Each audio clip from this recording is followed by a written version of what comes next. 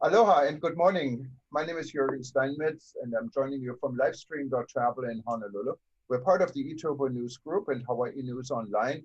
And today we're not going very far. We're actually staying right here in our state, and we're just going one island to the north and welcoming Richard Alfred, I believe it was, from the Kukui'ula. And I lived here for 35 years. I still cannot pronounce these names, but he's joining us from Kauai. And he will tell you who he is and why we're talking to him. Good morning, aloha. Aloha, good morning. Thank you for having me today. Yes, Richard, you're on the island of Kauai. And for those that don't know Hawaii very well, our state has several, Kauai is called the Garden Island, I believe. It's for many think it's one of the few places left in our state where you really find nature, beautiful landscapes. It's small. How many people you have in Kauai? Oh, about 70,000. 70,000. So it's basically kind of the size of Big Mahe Island in the Seychelles. So we heard a lot from the Seychelles, about the same size, but it's not an independent country, just an independent island. And later on we hear that it's almost an independent country when it comes to the mayor. But Richard is in charge of a development, what I understand is part now of the Hyatt Hotel Group. And his development is a villa development with full service villa development. And he also just reopened again for tourism after October 15th. Can you tell us a little bit more where you guys stand and what your property is all about? Sure. We're on the south shore of Kauai. Poipu area is a really beautiful little beach community that's been here. Originally, the town of Kaloa, of which we are part, was a sugar plantation. It was the first sugar plantation in Hawaii. And we have a handful of resorts along the coastline, including the Grand Hyatt. And Kukui'ula started about 10 years ago, well, actually 13 years ago. And it was conceived originally as first a private home community, and with a club at its heart, a private club. But then there's a small hospitality component that's right in the vicinity of our clubhouse. So first it's a private club with this small boutique hospitality operation. And all of our accommodations are private homes that are 1, 2, 3, or 4 bedroom homes that operate much like a hotel. And so if you stay in one of those homes, you are effectively a member in residence at the club. So it's a really nice destination. It has this feel of a private club, but it has the energy that you get with a boutique hospitality operation as part of it. You mentioned Hyatt. We brought in Destination Hotels and Resorts about a little over 2 years ago to manage our lodging operation. So the club, operate the amenities such as golf, spa, dining, pools, and things like that. And then Destination operates the hospitality operation. So they maintain the properties, they check people in, they provide all the housekeeping, they do all the marketing and servicing of our lodge guests in the home. And shortly after our arrangement with Destination is when Hyatt acquired that company as part of the Two Roads acquisition a couple of years ago. And so that's been super for us. It's a great partnership.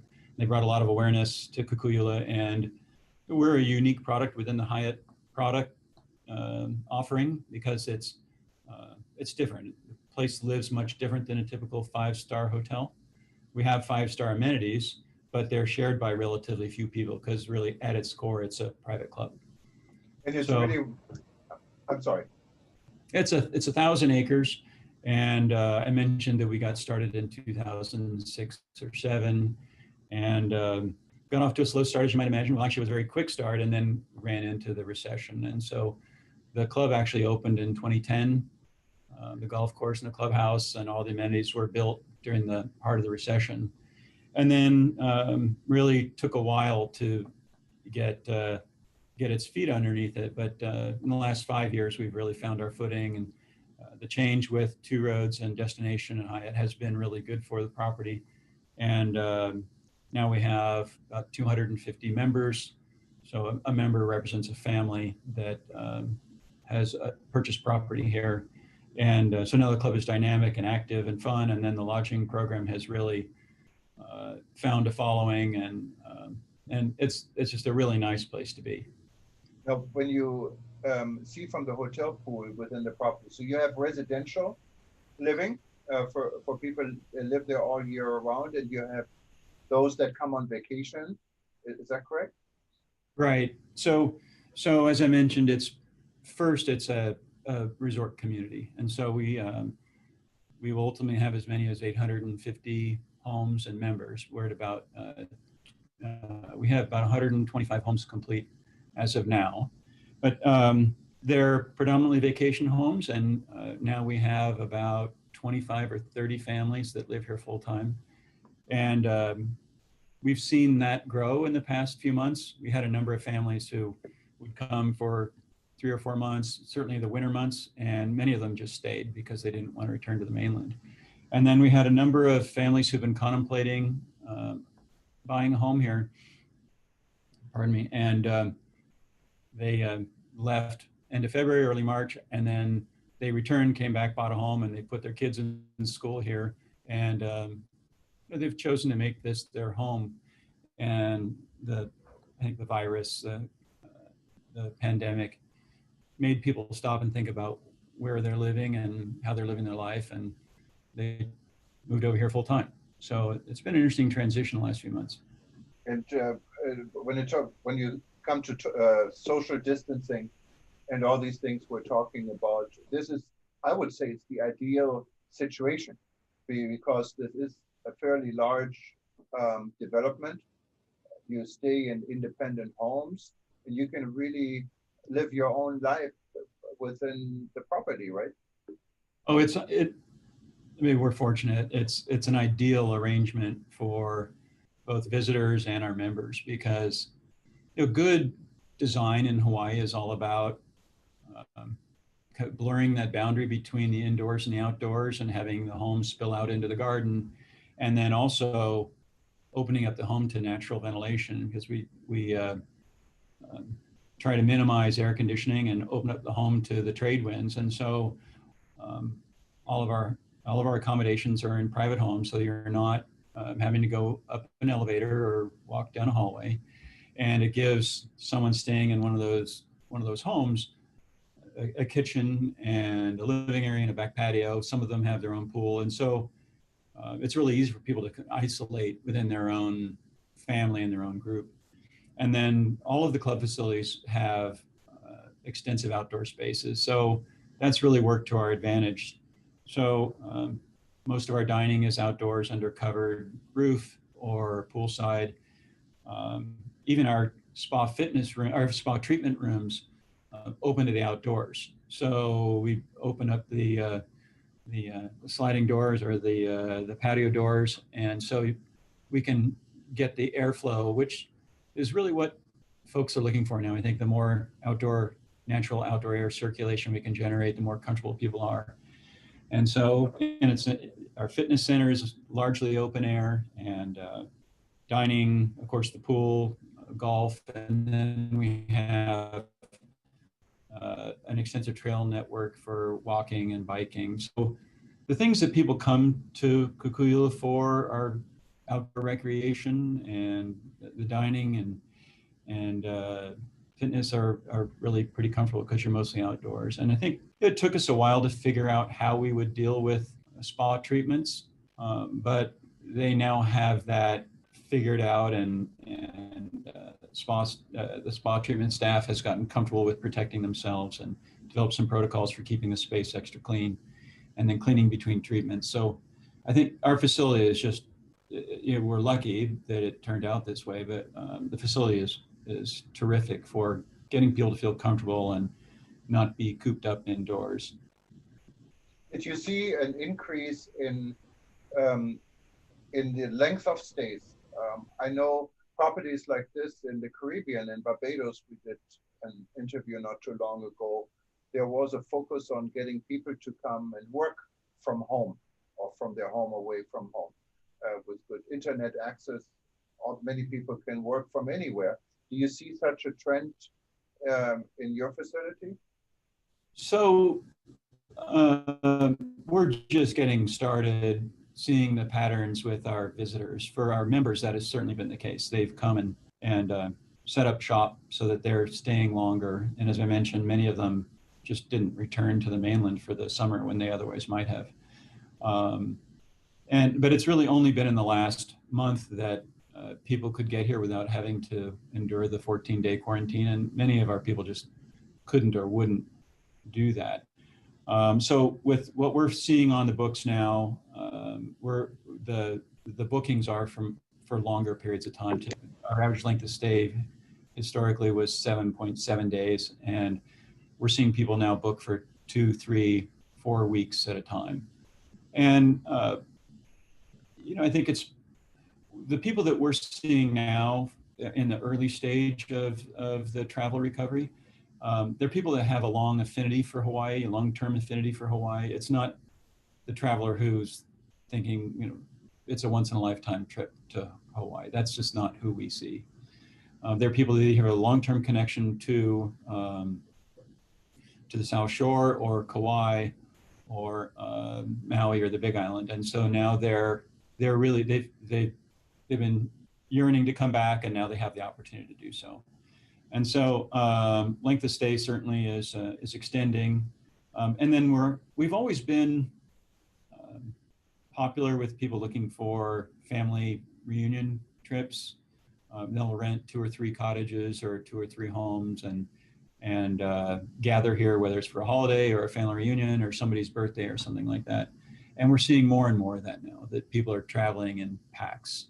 And so that's happening even more so now.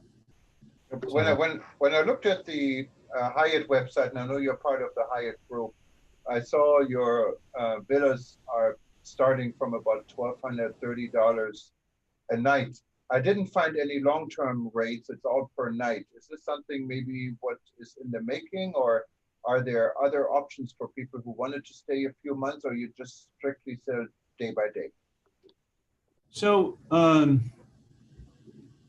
we haven't had we haven't developed a plan for long-time visitation that is in our lodging product, our club lodge product, if you will. Interestingly, there are homes in the community that can be rented for long-term, and we do see some people do that, but it typically does not include access to the club facilities, the resort amenities. But those homes rent quite well. People are looking for a home that has, say, 3, 4 bedrooms and a pool, then they're not able to use the golf course and the clubhouse and the dining and such. But they are coming really because they want to be on the South Shore of Kauai. But it is something that we're going to need to deal with. We've seen some people come to the island and want to stay for 3, 4, 5 months at a time. But remember, these homes are all owned by families. And so most of them aren't inclined to give up their home for an extended period of time, because the reason they buy the home here is they want the flexibility and the ease of coming and dropping in when they want, or having their kids or friends come use the property. So we haven't got that figured out just yet, how we would accommodate long-term rentals in that operation, but it's something we certainly will have to think about. Now, when you look at the island of Kauai and the reopening of the state of Hawaii, there have been some changes. Before, everyone visiting our state during the heights of the corona crisis needed to go into quarantine for 2 weeks after they arrived.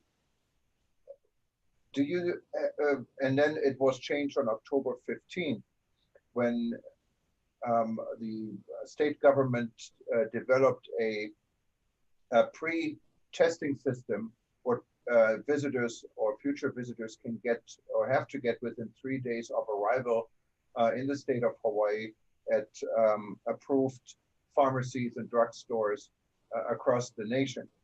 We also recently, just last week, opened up to Japanese travelers with a similar system. The differences between the Japanese and the American visitors, Japanese, after they return home, they still are facing 2 weeks quarantine in their own in their home destination, what of course makes it a little bit of a challenge. And I know Governor Ige is working very hard on a solution. Now, when it comes to the island of Kauai, things have worked a little bit different. I know people are well more aware, have always been well more aware of environmental issues, health issues.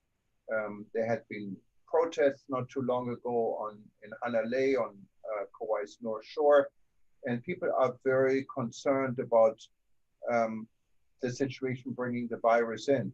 So the mayor in Kauai, as far as I know, also wanted to require a second test within 7 days of the first test. That was then, I think, not approved by the governor. So where do we stand? How do people travel to Kauai right now? It's been an interesting several months. And as you know, there was a goal of opening the state up to pre-travel testing on August 1st. And they weren't able to pull it off because they couldn't organize the infrastructure of testing and all of the controls and monitoring and so on. So, it's been really interesting here on Kauai because we've been so insulated from the effects of the virus. I mean, it's been extraordinarily safe here. I think Mayor Kawakami has done an extraordinary job of protecting the people and basically they're going through the process of closing us down. And the challenge, of course, is reopening safely. But because we've been so insulated from the effects of the virus, we haven't had to adapt in the same way. And so it's a little concerning now. And I know a lot of people on island are very concerned. And some of that is just based on not knowing how people on the mainland have adjusted, or even Honolulu, how folks there have had to adjust because it's been much more present. And so we've had the luxury of being relaxed and comfortable, that you're not exposed to the same degree. And so we haven't had to do that. Having said that, I think the mayor recognizes that we can't continue this lockdown indefinitely, that small business owners on the island are really struggling, and there are very few hotels open, which then cascades down to all the employees that are out of work, and then the restaurants, and any number of restaurants have closed and many aren't reopening. So there's this economic tragedy going on that we need to ameliorate. And so you may know that Mayor Kawakami pushed to have Kauai approved for what they called bubble resorts. Yes. And that was issued as to be effective October 1st. And Kukui'ula was selected as one of the first of two. And the premise is that people could have a wearable device that connected to their phone, and we established a geo perimeter. And as long as people came and stayed within the property, they called it an enhanced movement quarantine. And we concluded that we would require people to get tested before coming from the mainland and participating in this program. But we were prepared for that, and actually did run our bubble for a couple of weeks. And then just about the time that was announced and approved is when the state ultimately decided that they need to move forward. And it's been challenging for Mayor Kawakami because he has to get approval for these things from the state. And I think the state rightly wants to have some consistency across the various islands so that consumers aren't confused. And frankly, they are. I think this opening has been challenging. People, there's a lot of confusion about the testing and what they call them trusted travel partners. So it gets better every day, but now the testing is more available. People living in rural areas coming to Hawaii are having a hard time getting the test. So there's a fair amount of stress that travelers endure to get here. Did they get the right test in the right location? You have to do it within 72 hours. What happens if my flight's delayed? I mean, traveling is stressful enough as it is, and then you add this layer My wife is returning from the mainland today, and she's worried if she's going to get her positive test in time, and what happens if I don't. Pardon me. And you know, people coming from LA, San Francisco, Seattle, those markets have plenty of testing resources available. But if you're coming from Salt Lake City or Phoenix or Denver, they're not as well equipped. So they're dealing with some adjustments and growing pains. But I will tell you that once you get through that, once you get through the air and get through the airport, and people are astonished. They arrive and there's the National Guard standing there to ensure that they filled out their form, and it's a little bit alarming. But once you're here, it's wonderful. And I will say the past several months have been surreal at some level because we were so isolated. It felt like the 70s here. The beaches were empty, the roads were empty, and you know, it was special. So when you see these protests, partly it's because people had this window into the island to ourselves. And there's a lot of people who don't want to give that up.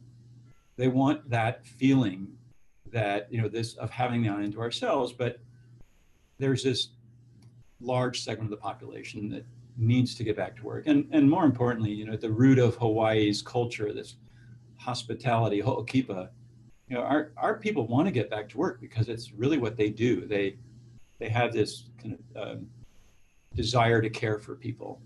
And I know that they enjoyed a couple of months off there for a while. And I understand, you know, people were, you know, going to the beach and they're going spearfishing and doing their things. And there were very few people in the waves, but now people have a desire to get back to work. And So, I think it definitely stops our discussion on over tourism and the discussion also in Kauai during the super ferry times. yeah. And, so it's moving forward. But how technically does it work right now? And I'm confused. And I live in Hawaii, but I know there are tests necessary to even fly between some islands, and there's no test necessary to fly between other islands. So if someone comes into Honolulu, can they easily transfer to Kauai, or is there another test required, or is it probably they should fly directly to Kauai? What flights are operating directly to Lihue? What's the best way to get to the island of Kauai? Well, I suppose it depends on where you're originating from, but there are direct flights into Lihue from Seattle, San Francisco. I don't believe Oakland has returned yet, but there's a direct from LA on Delta. I think San Francisco is United, and there may even be a flight. Alaska may have restarted its flight from San Diego. And what we have found is that the screening process is easier if you fly directly into Lihue. If you fly through Honolulu, you get screened there, and then you transfer over on Hawaiian most likely. Southwest has service now.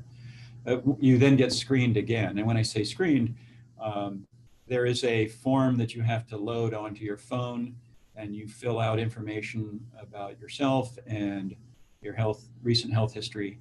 And then as soon as you received your test results, you can upload that to this form on your phone. And so that's all available on the state travel site. There's some really good links. Health.hawaii.gov has links to all of the safe travels programs. And so you have to fill out this form. The test has to be from what they call a trusted travel partner. It's not just any test, it's the NAAT test, and it has to be from one of these specific providers. And I think there's certainly been confusion about that people have gotten the NAAT test, but not from one of the trusted providers. And so that's something to watch out for. But like I say, that's all getting better every day, and they're improving the testing. That United Airlines has something in the airport in San Francisco. There's a number of facilities. I think Alaska Airlines has something in the airport in Seattle, and Hawaiian Airlines has a facility. I think it's outside of LAX, but right adjacent to LAX, and they provide the quick test. So with a little bit of research on the the HTA site, you can learn where to get the test. And then, but if you can fly directly into Kauai, you're not going to have to get kind of processed twice. So to go inter-island, as my understanding is that for people to go to Honolulu, you don't have to be tested inter-island, right? That's not to say from the mainland, but if you're coming from Kauai or Maui or Big Island, you can go to Honolulu and not be tested. But when you come home, you have to be tested. Now, I believe if someone travels from Maui to Kauai, they have to be tested. And there are other providers that you have to have within the 3 days of travel. And one of my, a number of our employees have gone to Honolulu for medical checkups or certain things like that, or dealing with immigration or whatever. And so they can go over, but then to return, they have to take the test, which means they get the test over there, and then they come back with that test on their phone, so they get processed. So, the state is figuring it out.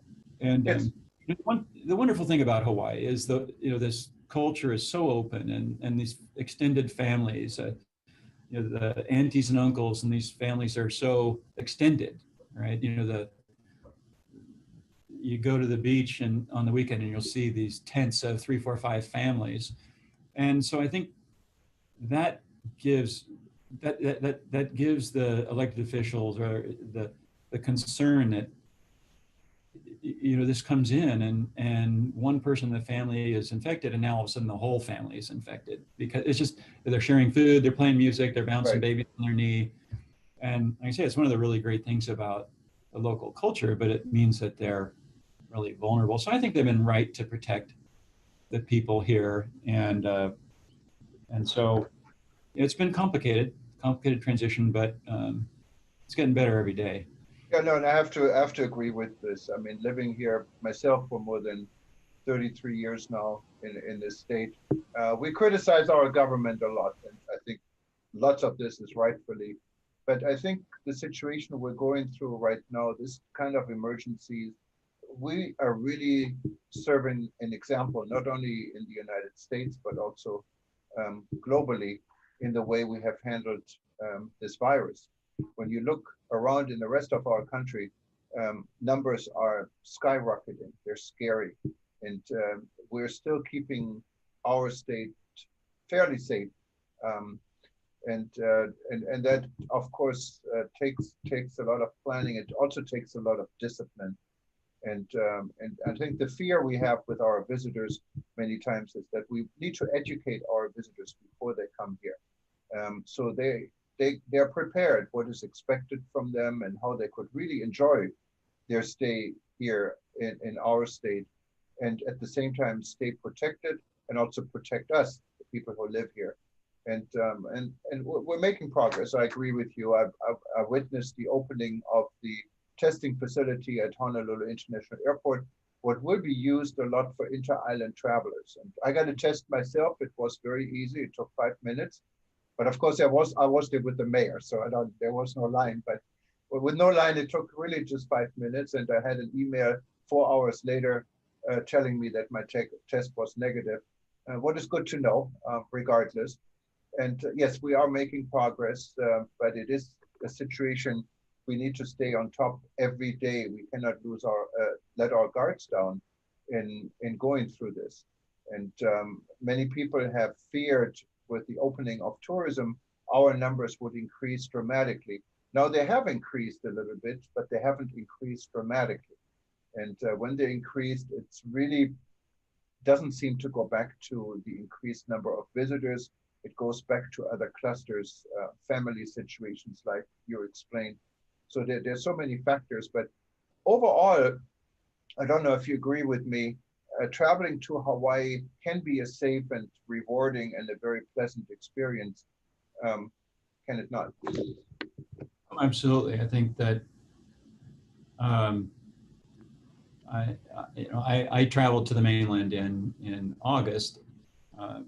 We have a new grandbaby, and I hadn't met her yet, and so I felt I had to go. So I went, and when I first got on the plane. It's the first time I'd flown in 6 months, and I was on edge and really, really guarded. And then I got to LAX, and I was, kind of walking around, and I was on high alert. And then after a few moments, I looked around, and people had adjusted. And then, I think it gave me a sense that, okay, people on the mainland have been living this with longer, and they've had to adapt. And it made me, I got to see how people had adjusted there. But certainly it's, with all and we've learned so much more about this thing in the past few months, but I think you can fly safely as long as you protect yourself. And I was really impressed by Delta Airlines and how they took care of me, and they ensured that people were wearing the masks, and they did a terrific job. And so, we hear, I think once people get here, I think that they get the positive test, or the negative test rather, and then get here, we are asking people to voluntarily take a test 3 days after they arrive. And some folks are doing it and some are not. And I think the number of people who've tested positive after coming is really quite low. So for the most part, the testing protocols are filtering out and keeping us as safe. But once you get here, it's pretty darn nice. And I was in much more heightened state of alert when I was on the mainland than here. Having said that, doesn't mean that we're allowing people on property to take off their mask and parade around. Our primary concern at this point, aside from keeping members and guests safe, we need to make the staff comfortable that they're not taking an unreasonable risk, because so many of our staff live with their parents or with their kids and grandparents. However, we need to make them feel safe so that they're not taking an unreasonable risk that exposes their family. And the club is funny. There's this warmth that the people have. They greet everyone with a hug, and it's a little bit alarming for some people, but we've had to discontinue that, obviously. So people are adjusting, but it is the staff knows the members, they get to know the guests. Because it's a small hospitality component, we're not dealing with a 250-room hotel of transients turning over every 5 days. It's a very small group, and so it's very intimate and personal. And so we're having to learn how to be careful and safe, but still have that friendliness and the warmth that people come for. So that's been challenging. But I must say that once you get here, it's pretty darn nice. My daughter lives in Seattle. She was here about 10 days ago, and she said it's kind of the first time in 6 or 8 months she's really been able to just kind of relax and catch her breath. What are the changes in the hotel operation? I know yours is it's very boutique, but you also have the Grand Hyatt, you said, on your property. Well, what are the changes in regards to the operation? Like, do you still get daily your room cleaned every day? How are the rooms cleaned? Is it any different from what it was last year? What about buffets? Are buffets still there? Breakfast buffets? Or I heard breakfast buffets are a thing of the past. What should people expect if they stay in a hotel these days? So first, one point of clarification: the Grand Hyatt is up the road a couple miles. Okay. But we made some changes at the club that are, certainly the cleaning protocols have been changed and intensified around all of our facilities. If someone, after a table clears in the dining room, we spray it down. We, not only the tabletop, but the chairs, so that there isn't any transmission that way. Staff obviously wearing masks. We have sanitizing stations at every point of entry into the main clubhouse building, and we insist that people wear a mask the moment they step on the porch until they're seated at the table. We've had to remove all of the bar stools from the bar so that people aren't sitting around the bar and congregating, and That's been hard for some to adjust to, because that's one of the great aspects of the club. You drop into the bar and get to meet folks and chat with the bartender. And so we've had to make that adjustment, but we have another patio and game room that is across the way. And so people tend to go over there, and they're spaced out. We have done away with all of our buffets. And, you know, being a club, one of the great aspects of it are the big social events that we do. And obviously we can't do that now. So we've had to adjust to smaller events. They're all outdoors, so we can spread people out. We had a barbecue the other night, but it's outdoors. We have a fun event we do called Burgers, Brats, and Brews. And that brings people together, and we have to gently remind people to put their mask back on, thank you, unless they're seated at their table, and everyone is complying. But buffets are over for now, and our breakfast buffet is over. We actually haven't resumed our breakfast service yet. We'll be doing that next week. But we used to have a continental that was free every morning, and then included coffee and muffins and yogurt and berries and such. And we've had to discontinue that. Our fitness center, we now open all the doors and windows, so we're saving money on air conditioning now. But we've spaced all the equipment out, and there's spray bottles and hand towels. So one of the great side benefits of this is people are really diligent about cleaning up after themselves in the gym now. You know, for years we always wanted people to clean up after themselves in the gym. Now they're doing it. So that's been a nice change. We haven't yet restored all of our kind of group fitness classes, and we'll be doing that starting next week and moving those outdoors. We have a nice yoga program, and we've had to restrict class size, and then we've been doing some of those at a remote area we call the Sunset Deck, which is a covered lanai up in a garden with a great view, and we'll do yoga up there. And historically we'd have 12 or 15 people there, and now we'll limit it to 6 or 8, and then people can do it on Zoom. And so some of our members are participating in these fitness classes from the mainland. So I think some of the other things that we've done. In terms of housekeeping in the homes, we have reduced the frequency. We only do housekeeping every 3 days unless someone asks for more, in which case we'll up that. But the protocol is that we won't clean the home while the guest is in the home. So they need to either go out on the patio or vacate, which is, most of them are out doing something, going to the beach, going to the pool, playing golf, something like that. So that's not that hard. And I don't know what you call these things. The same wand that they use in airplanes that has some kind of sanitation capability. We've bought a few of those for the club. So every evening they go into the fitness center and the spa and our locker rooms and the dining room. And so they're cleaning those with that. So the golf carts, for the longest time, we would only have one person on a golf cart. Now you have to be of the same family group to be on the same golf cart. And then they're doing a really thorough cleaning. Historically, they didn't use a cleanser that was going to sanitize the golf cart. Now we sanitize. So like I say, we're really fortunate that so much of what people come here to do is outdoors. So that simplifies it.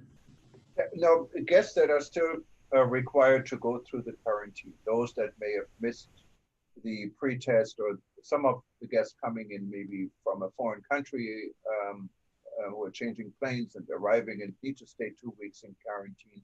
Do you have guests like this, and do you accept guests that have to do their quarantine in your property? We do, and we've had a couple of instances where people took the wrong test, and so they had to deal with the quarantine. They provided a brief exemption for different tests, but that was only a couple days. So a couple things on that. We do have the bubble still. And so if we know in advance that someone is coming and they haven't gotten a negative test from one of the trusted providers, we have to register them with the county before they arrive that they're going to be participating in the bubble. And then when they come, we issue them the device. And then there's certain areas on the property where they can go, and we ask them not to go. We ask them not to come to the dining room, but we do food delivery. We'll do grocery delivery. They can go to, actually right now we're not permitted to go to the fitness center. But they can get out and walk and go to the, there's a pool that we've set aside for folks participating in the bubble. So we are able to accommodate them. And I think the thing that made that work is just the ability to get outside. It's one thing to be quarantined on property and have to stay there and not be able to get out and about. But our guests and members they lead a really active lifestyle. So the notion of staying stuck in their home for 2 weeks is pretty hard to bear.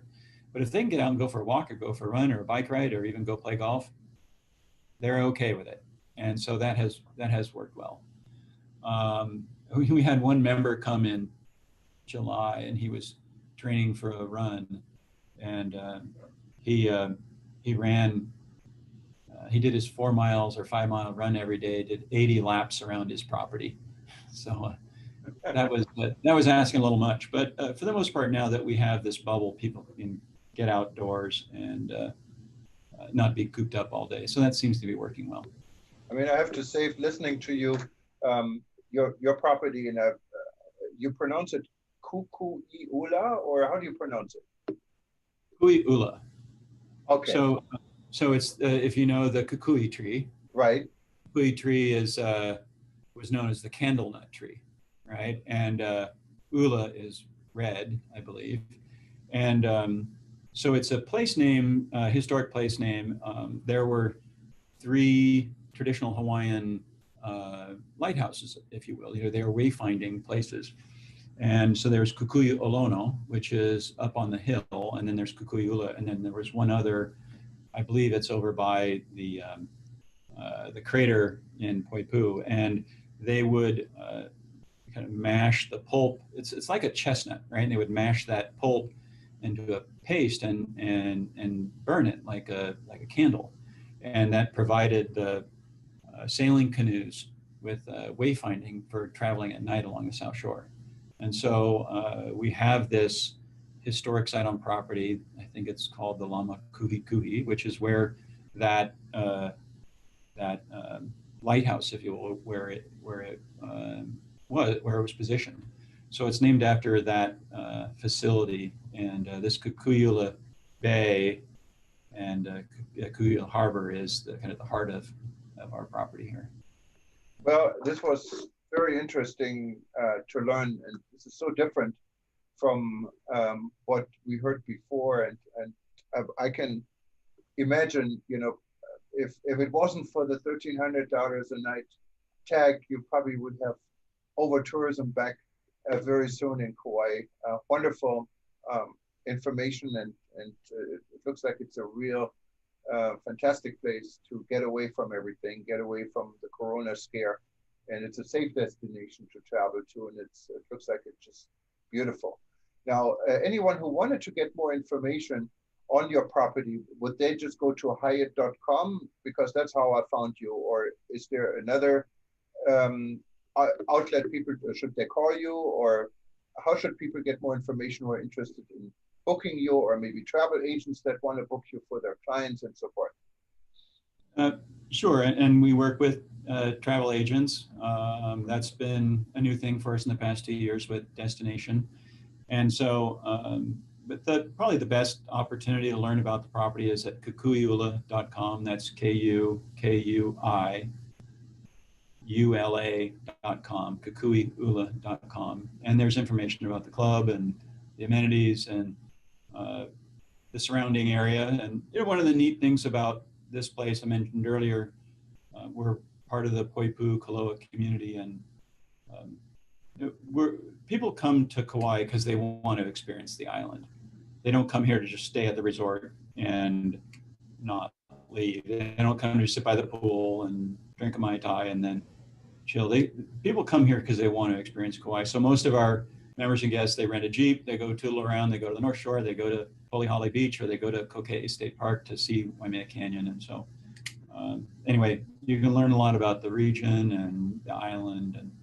And people say that Kauai is their favorite island, and you get it pretty quick. You get off the airplane and you look and see the mountains and the green, lush green vegetation. You know, Kauai is what people have in their mind. I think you referenced it earlier, but when people come to Kauai, it kind of fits their vision of what Hawaii should be.